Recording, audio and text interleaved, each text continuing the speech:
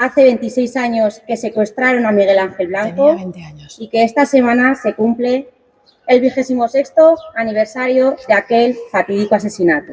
Y este gesto honra a nuestra ciudad, comprometida con la verdad, como subyace hace unos días en el acto de homenaje a las víctimas del terrorismo que hicimos aquí mismo, en este mismo lugar donde nos hallamos. Fijar el nombre de Miguel Ángel a este lugar tan querido, rotularlo con el cartel que así lo informa, supone un gesto de suma importancia, tan sencillo como verdaderamente necesario, porque lo que es importante es que permanezca en nuestra memoria y recordemos siempre aquellos actos tan crueles. Es muy triste conocer cómo se nos informa en no pocas ocasiones a través de los medios de comunicación que en aquellas jornadas de la infamia, en unos meses de terrible azote del terrorismo, van desvaneciéndose en nuestra memoria. Pero yo estoy segura de que todos vosotros recordaréis qué es lo que hacíais hace 20 años. Estoy segura de que en todos nosotros perdura en nuestra memoria un día como hoy, hace 20 años, que permanece 26 años, perdón, que permanece en nuestra memoria.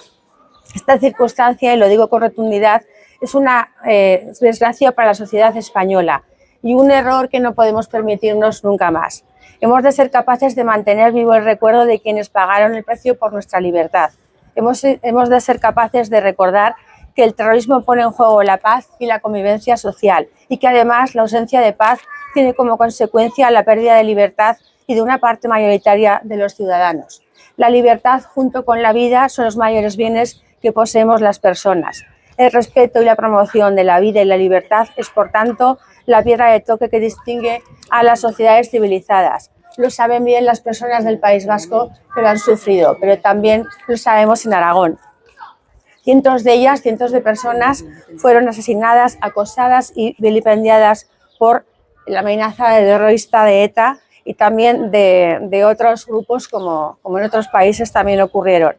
Y también lo sabemos también en Alto Aragón, el secuestro y asesinato vil de un joven de familia humilde, de un joven trabajador vital y comprometido con la vida y la libertad, respondió la sociedad española con un acto sin precedentes, con un mar de manos blancas, con un acto que significó el fin del terrorismo en nuestro país.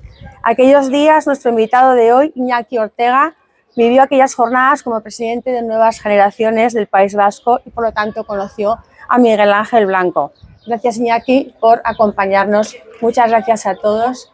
Iñaki, cuando quieras, gracias de verdad.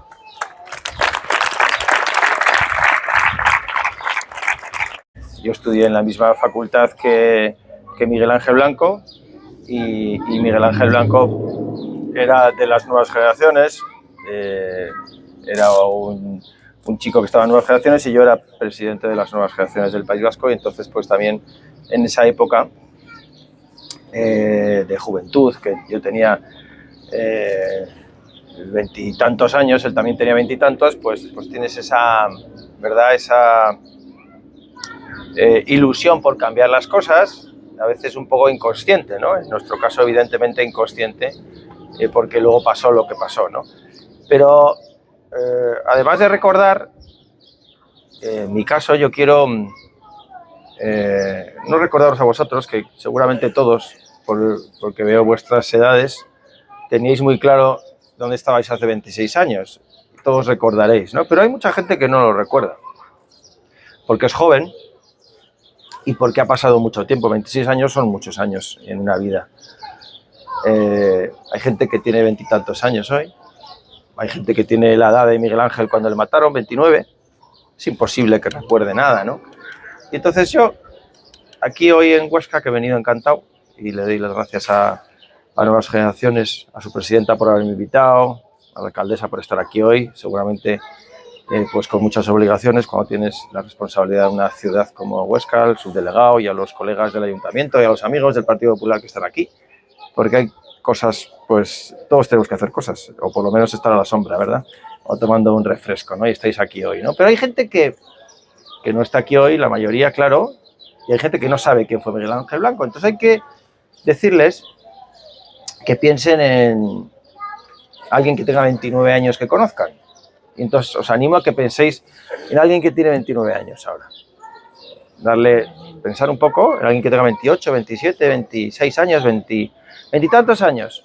pensar en vuestro vecino, que tiene esa edad, pensar en vuestro hijo, en vuestro sobrino, en vuestro primo, pensar en el del autobús cuando habéis venido aquí, que tiene 29, pensar en el compañero de la oficina, pensar en el que entrena a tu hijo fútbol, pensar en el que limpia las calles, pensar en el que te atiende en el ambulatorio, pensar en el que nos vamos a encontrar luego tomando una cerveza. Pues una persona así era Miguel Ángel Blanco. El primero de toda la familia Blanco Garrido que pudo estudiar una carrera, Miguel Ángel. Imaginaos el orgullo, ¿verdad? Para Miguel y Chelo, sus padres, ¿no? El orgullo de que por primera vez alguien de la familia tiene una carrera. Y Miguel Ángel, además, le gustaba la música. Y durante el fin de semana, pues iba a las bodas. Porque tiene una banda. Y entonces era batería y entonces pues era el que estaba en la verbena, el que iba a las bodas, el que amenizaba, le conocía a todo el pueblo. Miguel, que le llamaban. Por ahora nada diferente a lo que podemos conocer. Miguel tocaba en las verbenas, había terminado la carrera y su padre le puso a trabajar de peón de albañil porque había que aportar dinerito en casa. Pero le salió un trabajo en Eibar. Eibar está al lado de Ermua. Miguel Ángel no tenía coche. No tenía, todavía no había empezado a trabajar más que en la obra con su padre, no tenía dinero para coche, ni para carnet de conducir. Y entonces pues tenía que ir en tren. Había una parada de Ermua a Eibar. Iba tranquilamente en tren. Ese era Miguel Ángel. Se sentía muy de Ermua y le enfadaba mucho que en Ermua no había polideportivo. Y que si querían jugar cuando llovía, pues no podían, porque no había polideportivo. Y entonces estaba empeñado en tener un polideportivo y entonces pues firmaba recogías de firmas para un polideportivo y alguien pues le dijo, oye, pues mira, ¿por qué no te... Alguien, un colega mío le dijo que por qué no te animas a presentarte para defender el polideportivo en Ermua. Y le animamos, claro, ¿por qué no? Miguel Ángel. Miguel, anímate, macho. Y se presentó de concejal y salió concejal. Es que hace 26 años había una banda terrorista que había empezado a matar hace muchos años, en el régimen de Franco, y a pesar de que hubo una amnistía, cuando llegó la democracia siguieron matando. Y tenía un partido político, Herri Batasuna, que apoyaba. Y además una sociedad muerta de miedo que miraba para otro lado. Y que pues cuando había un atentado pues intentaba pues que no se le relacionase con el asesinado, no vaya a ser que él también cayese. Y eso pasaba en el año 97, en julio del 97, en el País Vasco. Además, unos días antes, Ortega Lara, que era un funcionario de prisiones de Burgos, había estado secuestrado 500 días. Y 500 días de cautiverio, la Guardia Civil le liberó y todos los que peinamos canas nos acordamos de la imagen de Ortega Lara saliendo del zulo donde le liberó la Guardia Civil. Era la viva imagen del nazismo, de las víctimas del nazismo de Auschwitz. Era un hombre demacrado. Y fue a comer a casa, un día como hoy, un 10 de julio del 97, y le dio un beso a su madre y bajó al tren. El tren estaba al lado de su casa, se montó en el tren y unos pistoleros le encañonaron con una pistola, le ataron las manos, le metieron en el capó de un coche, le metieron en el maletero de un coche, esposado, vendado, con una pistola aquí y le encerraron en ese maletero. Imaginaos qué le vino a la cabeza a Miguel Ángel Blanco. Pues la imagen de Ortega Lara, seguramente, ¿no? ¿Qué es esto? ¿Por qué estoy aquí? ¿Qué va a pasar conmigo, no? Tras un viaje de 10 minutos en coche, le encerraron en los bajos de un caserío y le tuvieron 48 horas sin agua, sin luz y no sabiendo qué iba a ser de su vida. Al cabo de 48 horas, esos señores, que tienen nombre y apellidos, Xavier García Gaztelu, alias Chapote, esos señores le sacaron le tiraron en un terraplén. Imaginaos, después de 48 horas sin agua, sin luz, con el pánico en el cuerpo, te tiran en un terraplén y esos señores vaciaron un cargador y mataron a un chico de 29 años. Fin de la historia. Eso fue Miguel Ángel Blanco, ¿no? Ese chico, ese que podía haber sido nuestro vecino, nuestro sobrino, nuestro hijo, nuestro compañero, el que está en esa terraza, el que está empezando a trabajar, fue asesinado porque quería un polideportivo para su pueblo, para su ciudad. Y el señor Arnaldo Otegi, que entonces y hoy era el líder de Batasuna, hoy de Bildu, recuerda y lo dice que él estaba disfrutando de un día soberbio del Cantábrico en la playa, de una brisa muy agradable y un día soleado. No puede olvidarse eso, no puede olvidarse que ese chico de 29 años estaba pasando las peores horas de su vida, mientras otros se jactaban de estar disfrutando de la brisa del Cantábrico. No puede olvidarse, eso no puede dejar de recordarse, no puede dejar de recordarse que eso fue Miguel Ángel Blanco. Miguel Ángel no supo qué pasaron esas 48 horas, vosotros sí, y esas 48 horas lo que pasó es que en el País Vasco se perdió el miedo. En el resto de España no había miedo, pero lo que había también era un hartazgo al respecto de lo que pasaba, ¿no? Ya está bien, los españoles estaban hartos de esa situación, ¿no? Y de que las víctimas muchas veces encima pues eran del resto de España, porque eran policías, guardias civiles que iban a trabajar allí, ¿no? Pero en el País Vasco, pues el asesinato o el secuestro de Miguel Ángel Blanco hizo despertar a mucha gente y nació el espíritu de Ermua, que se llama así por el municipio donde Miguel Ángel ejercía de concejal. Y el espíritu de Ermua fue que la gente se hartó y se presentó en las sedes de Herri Batasuna. Eso fue el espíritu de Ermua. En las sedes de Herri Batasuna, de hoy Bildu. Se presentaron ahí para decir, sois unos asesinos, liberar a este chico. Eso pasó hace 26 años. Y ahí acabó ETA. Cuando se perdió el miedo por parte de los vascos, nunca hubiera acabado ETA si los vascos hubieran seguido mirando para otro lado. Nunca hubiera acabado ETA si la policía y la Guardia Civil, con el presidente José María Aznar y el ministro de Interior Jaime Mayor Oreja, no hubieran decidido emprender una estrategia de luchar contra la financiación de ETA, contra el partido que le apoyaba, ilegalizándolo, llegando a acuerdos con Francia, con Estados Unidos, para acabar con las fuentes de financiación de ETA. Ahí acabó ETA. Miguel Ángel nunca lo supo. Nunca lo supo. Estaba esposado a oscuras, muerto de miedo en un sótano, pero gracias a él terminó ETA, ¿no?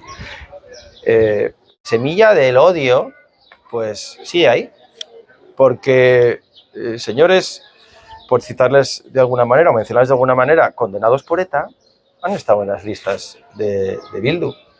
Porque Bildu ha pactado una norma de memoria histórica que quiere decirnos cómo recordar la historia. No puede ser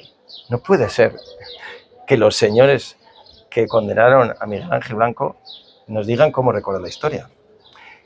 Vamos a recordar que Miguel Ángel cogía ese tren todos los días y en la estación de tren de Eibar había un taller y ese taller era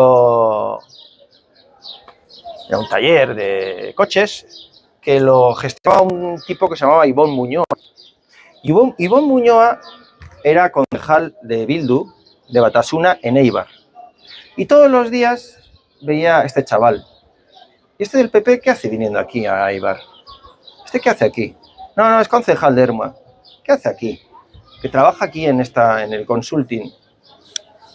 Un día, otro día, y entonces a Ibon Muñoa se le ocurrió, pues voy a decirle a mis jefes que viene aquí todos los días a la misma hora el chaval de Ermua.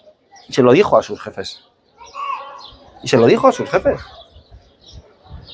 sus jefes, seguramente dirigentes de ETA, viviendo cómodamente en el País Vasco francés, viviendo cómodamente en Biarritz, San Juan de Luz, en Hendaya, con unas vistas soberbias también como Otegi al Cantábrico, dijeron, bueno, pues nada, parece una víctima fácil. todos los días coge el tren porque tiene que entrar a trabajar. Y avisaron a un terrorista que estaba por la zona, que era Xavier García Gastelu, el que hoy es muy conocido, ¿verdad?, por Chapote, un sanguinario terrorista que recogió la orden que le habían dado y decidió acercarse a Miguel Ángel Blanco, esposarle, ponerle una venda, meterle en el maletero de un coche, encerrarle y pegarle, descerrajar su pistola, pegarle los tiros en ese terraplén.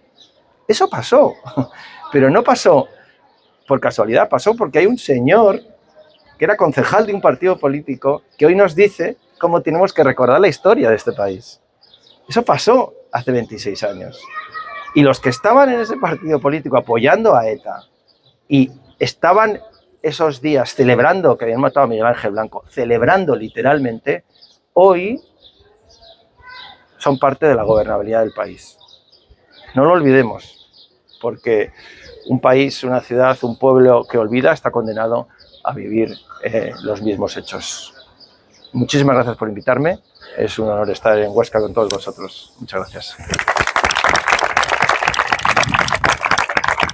Ningún día os borrará de la memoria del tiempo, Virgilio. En la entrada del Museo del 11S, en Nueva York, se puede leer una frase en la Eneida de Virgilio. Ningún día os borrará de la memoria del tiempo. Esta frase aparece rodeada de 2.983 cartulinas azules, una por cada víctima mortal de los ataques terroristas que sufrió Estados Unidos aquel día. Un mar de recuerdos imborrables que cambió la historia, la percepción que el mundo tenía sobre el terrorismo. Nuestro país tiene un largo historial de sufrimiento terrorista, 1.451 víctimas mortales, cerca de 5.000 heridos, 167 secuestros terroristas, decenas de miles de extorsionados, exiliados y una dimensión de la amenaza que ha condicionado nuestra historia reciente durante 5 décadas. La organización terrorista ETA ha sido el principal causante de este mal absoluto, injustificable y totalitario desde la primera víctima hasta la última. Todas las víctimas del terrorismo son héroes de la democracia, porque su asesinato fue injusto. Lo que une a las víctimas no es su propia historia personal o lo que opinaban. Lo que une a todas las víctimas del terrorismo es la voluntad fanática de sus asesinos de perturbar la convivencia para obtener el poder a través de la intimidación y el asesinato. Todas las víctimas del terrorismo son inocentes y es un deber moral y político rendirles homenaje, reconocer su valía y defender su significado social. Miguel Ángel Blanco, un hombre joven, una persona de bien, un ciudadano comprometido, fue torturado durante 48 horas y asesinado por ETA, a pesar de los millones de españoles que exigimos su liberación sin condiciones. Miguel Ángel Blanco se ha convertido en un símbolo de libertad y concordancia frente a la barbarie. Como ha escrito para la Fundación Miguel Ángel Blanco Fernando Savater, el terrorismo es un oficio práctico que uno puede dejar de practicar cuando las circunstancias lo aconsejan o logre los objetivos que antes persiguió con la violencia por medios menos arriesgados. Pero haber matado a un semejante no es una tarea circunstancial que un día se ejerce y a la semana siguiente se abandona como cambiarse de traje. Ser asesino te marca para siempre, te convierte en un ser humano distinto. El terrorismo puede dejarse atrás, incluso pretender olvidarse, pero el crimen siempre te acompaña, está a tu lado como el primer día. Y el crimen de la mafia o de ETA, que es lo que más se parece a la mafia, no es nunca un gesto individual, sino la culminación de un proyecto colectivo. Asesino el ejecutor, pero también quien ordenó el crimen, quien informó de las costumbres de la víctima, quien ayudó a cometer la fechoría o encubrió al ejecutor. No apeló exclusivamente a las víctimas individuales, sino a los españoles, porque la gran víctima de los asesinos de ETA fue y sigue siendo la España democrática. Y los asesinos, fuera cual fuese la fecha de su fechoría, no tienen derecho a querer ahora rentabilizar democráticamente el botín de su crimen. Por todas las víctimas y por muchas otras, siempre pediremos memoria, justicia y dignidad. Ahora guardamos un minuto de silencio.